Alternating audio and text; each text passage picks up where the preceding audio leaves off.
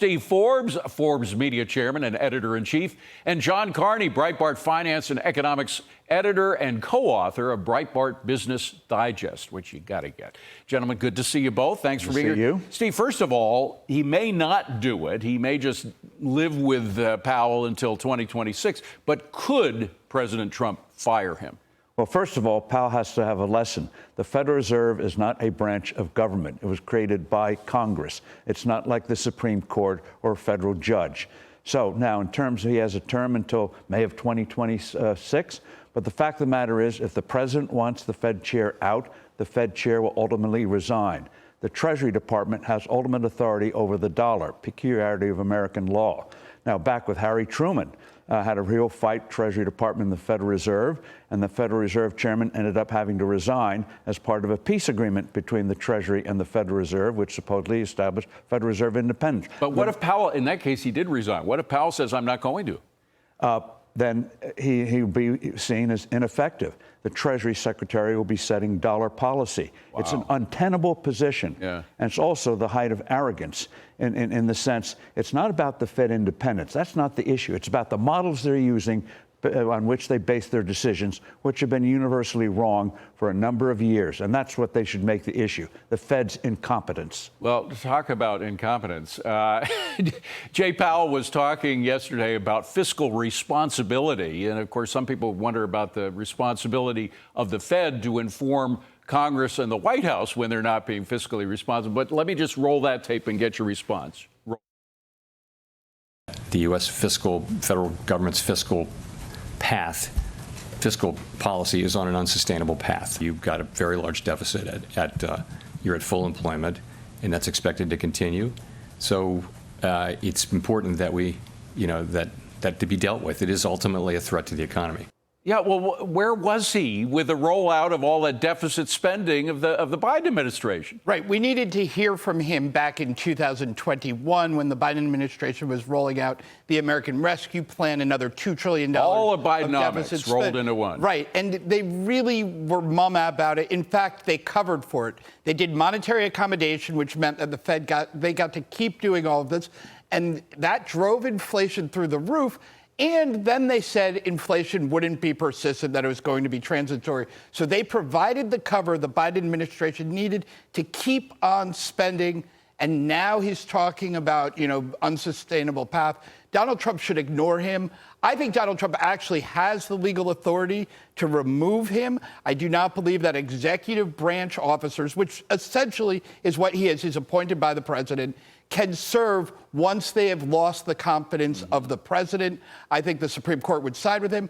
Donald Trump won't do that, though. He's not going to remove Jay Powell, partly because it would end up in a court fight that might not be resolved until Jay Powell's thing is already over. Pick your battles, and he has more important things to worry about. But, Steve, whether Jay Powell likes it or not, we're going to get supply-side policies. The great Judy Shelton, who we all love, who should have been appointed to the Fed. She was nominated by Trump, but she got caught up in a mess in the Senate and didn't make it in. Maybe she will this time. But she talked about the way in which the Fed is going to have to, whether they like it or not, deal with supply-side economics on Maria's show earlier. Roll that tape. If they've come around to thinking that you increase supply rather than try to cut off demand, then that would be good news for the incoming Trump administration, because it would dovetail with a supply side approach that lowers taxes, lowers regulation. So I don't like the Fed kind of now concerned and saying they might have to raise interest rates. That didn't seem to be the path they were on before the election. Yeah. They have one policy for one president, another for another president. I mean, how do you think they will respond, the Fed, to the supply side economics? I think they will take a wait-see approach. I think the reason why Powell was so, in effect, belligerent by his standards on this, because he knows he has a weak hand. He knows his record is rotten. He knows there are people who are going to be associated with Trump, like David Malpass, who understand the flaws of the Fed and the current models. Judy Shelton, the reason they feared her wasn't her one vote. Was she would start to ask embarrassing questions about how they operate. Yes. John, Judy went on to talk about the Fed staff and how I didn't know the ratio was this big. According to her, anyway, 9-1 in terms of Democrats to Republicans. Even Democrats, though, like Larry Summers admits that there are too many woke central bankers in the Fed and around the world right now. So how does the Trump team try to untangle that mess, to get some of the wokeness out of our central bank? Yeah, look, the Fed models will not be able to deal with Trump economics. They will be wrong all the way through, in part because they weren't built to handle anything like the kind of economics Trump is going to propose. So that they're going to be taken aback. They will not be able to model it. In some ways, Jay Powell is absolutely right to say, like, look, we don't know what's going to happen with this. They have no idea. They cannot deal with supply side economics at all because their basic model is just very demand focused. They will raise interest rates to try to stifle demand if they think inflation gets too high. But let me stop you there. Could that screw up Trump's plans to revitalize our economy? I don't think it will, because I think they will not have an inflationary excuse to come in. If they try to get ahead of inflation, by the way, if they try to say, oh, no, we think these tax cuts will be inflationary, the outrage from Congress will be such that that will be a threat to Fed independence, because they will say, we cannot have them setting fiscal policy, which is essentially what they would be doing if they were going to raise rates to get ahead of Trump's fiscal policy. Yeah. Well, they would get shut down immediately. Go ahead. No, I was just going to say, the whole Fed model is based on the idea that prosperity causes inflation. Right, which is nonsense. Which is absolute nonsense, and that has to be attacked.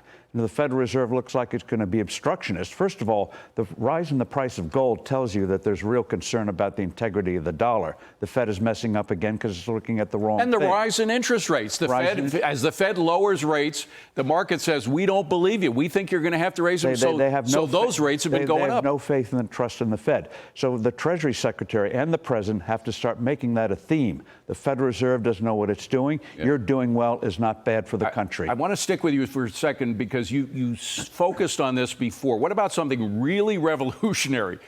Essentially getting rid of the Federal Reserve Board, going back to a gold standard, turning the Federal Reserve into a kind of a currency exchange rather than somebody that sets Fed rates, et cetera. Would Trump be interested in something like really revolutionary like that? I think when he gets his program in and the economy responds well, assuming we don't have some disaster overseas, China or whatever, I think then he'd have the political capital to say, we need a real remake of the Federal Reserve, starting with the Federal Reserve models. Have Congress start to hold hearings, get people prepared, marinate that the way the Fed operates now is destructive to the economy. Subpar performance is always the result with the Fed in charge. By the way, my old boss at the Wall Street Journal, Bob Bartley, the late, great Bob Bartley, was kind of looked favorably on the idea of a currency board rather than a Federal Reserve Board. But he said the problem is if you have a pandemic, well, there wasn't a pandemic back then, but if you have some emergency like a pandemic or a financial crisis, you need a lender of last resort. And that is what the Fed does right now. You wouldn't have that. What do you think? Well, I think, first of all, a lot of people don't realize Trump has the legal authority to restore a gold standard. Nixon was able to take us off on his own authority. There are certain things like the IMF right now. We have deals with them that say we're not going to be on the gold standard, but we control it. The IMF is ours. We own the IMF. If we can change any arrangement we need, we would probably want to let markets know that it's going to happen. I agree with Steve. If you are going to make a radical shift like that, you should wait a little while to let the prosperity agenda kick in so that you do have the political, economic, and social capital to say, we are already making it work. We can make changes in the way the monetary. I'm getting a wrap, but I want a quick answer from both of you. First to you, John. What about Robert Lighthizer as perhaps being the trade rep again? Do you think he'd be the right person for the job? I think he is absolutely the right person, but I think he may get an even bigger job than that. He has already been the trade representative. The newspapers are reporting that he will be the leader on trade in the administration. That doesn't mean... Is that a new position? It could be, who knows, he could be the Treasury Secretary, the Commerce Secretary. Lighthizer is a genius. He's a guy we need in office right now. Steve? I prefer David Malpass just because of his experience with things like the World Bank, the Treasury Department. He understands the Fed and Treasury better than anyone out there. They're not going to buffalo him if he's in that chair. Let me just say I like David Malpass a lot, too, and any position he gets in would be great for him. All right. Good to see you both. Exciting times, huh? Yes, they are. Really exciting times. Steve and John, thank you.